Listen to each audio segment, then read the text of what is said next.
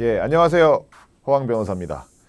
오늘은 제가 기본적인 법률 용어에 대해서 한번 또 설명을 드릴까 합니다. 우리가 흔히 재판을 3세판이라고 하죠. 예, 3세판이 가능하다. 한번 재판을 받아도 또 이제 고등법원도 가고 대법원까지 갈 수 있다. 이렇게 얘기를 하는데요. 우리 헌법에는 국민의 대법원에서 재판을 받을 권리라는 것을 규정을 하고 있어요. 그래서 우리가 흔히 대법원에서 재판받을 권리 때문에 3심제라고 이제 부르고요. 지방법원에서 1심, 그리고 지방법원 또는 고등법원에서 2심, 그리고 대법원에서 3심 이렇게 진행되는 구조를 가지고 있습니다. 먼저 3심제에 있어서 각 심급별로 재판에 대해서 사건을 부르는 용어가 다릅니다. 그 1심은 우리가 1심이라고 하고요. 그 다음에 두 번째 2심은 우리가 항소심이라고 합니다. 항소심. 그리고 3심을 상고심이라고 하고요. 그래서 1심 재판이 선고가 나게 되면은 며칠 내로 항소할 수 있다. 이렇게 얘기를 합니다. 그리고 2심 재판, 항소심 재판이 선고가 나면은 또 며칠 내로 상고를 할 수 있다. 이렇게 얘기를 합니다. 그럼 1심 재판을 청구하는 거, 1심 재판을 이렇게 제기하는 거, 소를 제기하는 거, 그런 것들은 또 민사와 형사가 조금씩 다릅니다. 민사 같은 경우는 소를 제기한다고 합니다. 소를 제기한다. 예를 들면은 이런 거죠. 돈을 내놔라.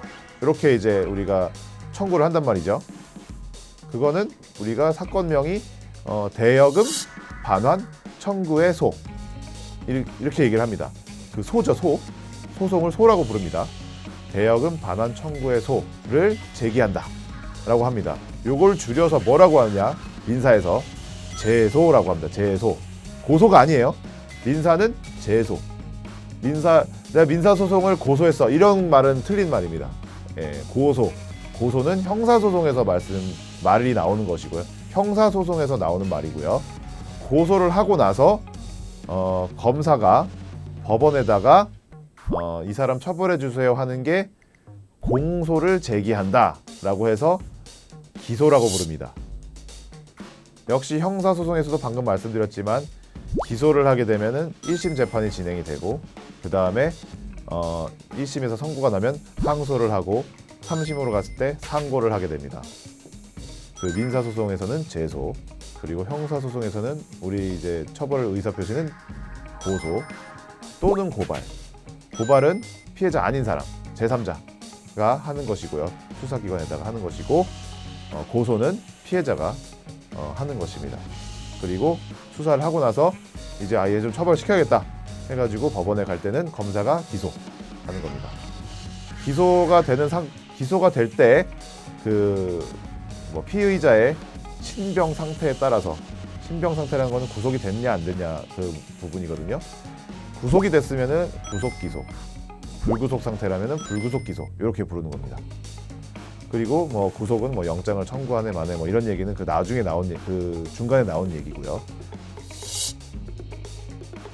3심제라는 거는 그 절차가 존재한다는 것이지, 그 사람이 3심제를 할 것인가 말 것인가는 그 사람이 선택하는 겁니다.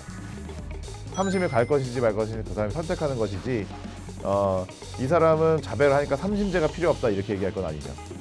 대법원의 재판을 받을 권리가 있다는 것은 그 사람이 권리를 행사할지 말지는 그 사람의 마음이라는 거죠. 사실관계는 모두 다 인정을 하는데 형을 너무 세게 줬다. 그래서 항소를 하게 됩니다. 그것을 항소 사유 중에서 양형부당이라고 합니다. 형을 양정하는 데 있어서 부당함이 있다라는 이유로 항소를 하게 되고요. 그때는 항소심에서는 그거에 대해서 이제 판단을 하게 됩니다. 봤는데 이 사람 좀 형이 좀 센 것 같아. 그래서 좀 깎아주자. 이렇게 해가지고 판결이 날 수도 있고요. 아니면은 다른 것들을 다 확인을 해봤는데 내가 볼 때는 1심이 적절한 것 같아 라고 하면 항소 기각이 나오고요. 대신에 양형부당의 경우에는 사실관계에 대해서 다툼이 없기 때문에, 또는 법리에 대한 다툼이 없기 때문에 상고를 할 수는 없습니다. 상고를 하더라도 양형부당에 의한 상고는 더 이상 살펴보지 않고 기각을 시켜버립니다. 법률적인 어떤 해석 이런 것들이 오류가 있다라고 하는 것이 상고 이유가 됩니다. 그리고 절차상의 법률 위반도 마찬가지고 그런 것들은 상고 이유가 되지만 사실관계를 다시 판단해달라 그러한 어떤 그 이슈는 상고 이유가 될 수 없습니다. 난다고 보시면 됩니다. 네, 항소심은 굉장히 중요합니다.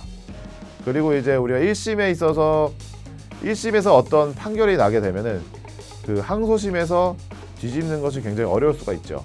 물론 항소심에서도 아예 처음부터 시작하면 좋은데 1심 재판에서 인정된 사실관계를 기초로 하는 것이기 때문에 1심 재판의 결과에 어느 정도는 뭐 인간적인 부분에 있어서는 영향을 좀 받을 수밖에 없지 않나 그런 생각을 좀 하게 됩니다.